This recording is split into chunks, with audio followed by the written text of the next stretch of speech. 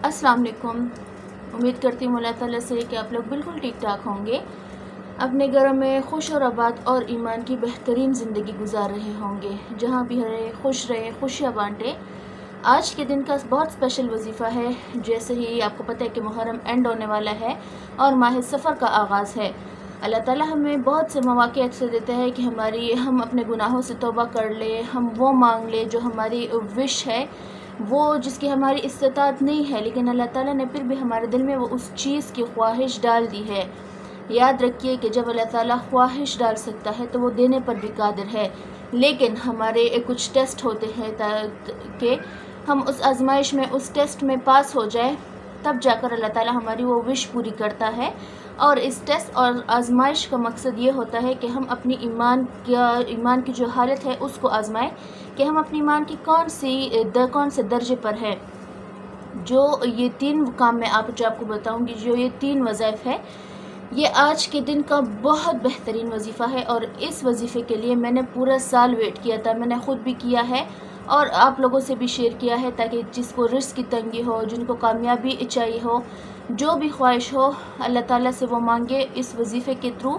लेकिन आपने बहुत गौर से सुनना है, जो स्टेप मैं आपको बताऊंगी मिस नहीं करने, ना बीच में वीडियो स्किप करनी है, ताकि आपको हर एक स्टेप की समझ लग जाए। मुहर्रम और सफ़र का बहुत स्पेशल वजीफ़ा है।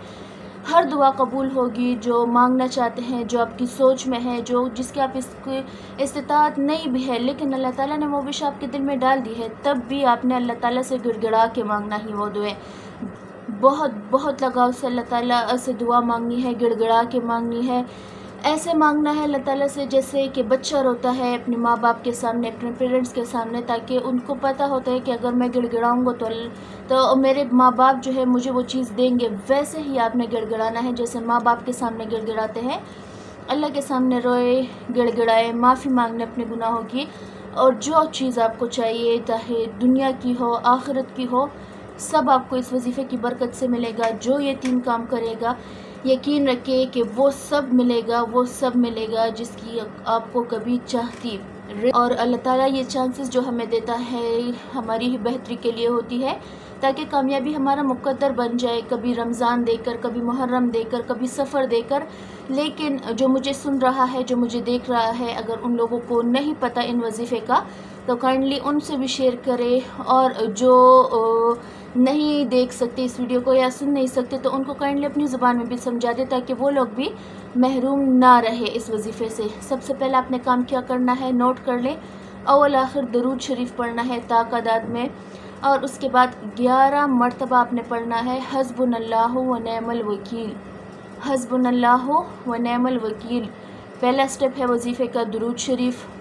बावज़ू होकर आपने दरूद शरीफ पढ़ना है, 11 मरतबा आपने पढ़ना है हस्बुनल्लाहु व निअमल वकील।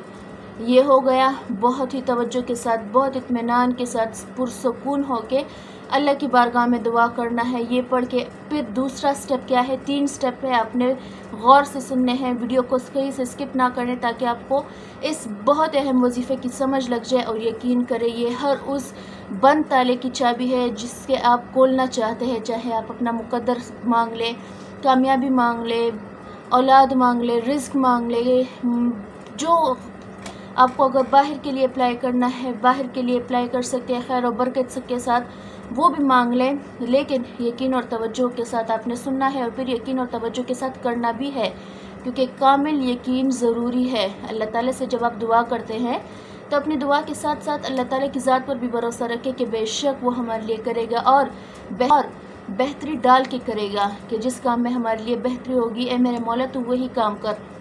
दूसरा स्टेप क्या है, जब आपने दुरूद शरीफ के साथ 11 मरतबा हस्बुनल्लाहु व निअमल वकील कर लिया, दूसरा स्टेप आपने करना है ला इलाहा इल्लल्लाहु मुहम्मदुर रसूलुल्लाह। ये आपने एक तस्बीह पढ़नी है। एक तस्बीह 100 के इक्वल होती है, मतलब आपने 100 टाइम्स ये कलमा पढ़ना है, ला इलाहा इल्लल्लाहु मुहम्मदुर रसूलुल्लाह, ला इलाहा इल्लल्लाहु मुहम्मदुर रसूलुल्लाह।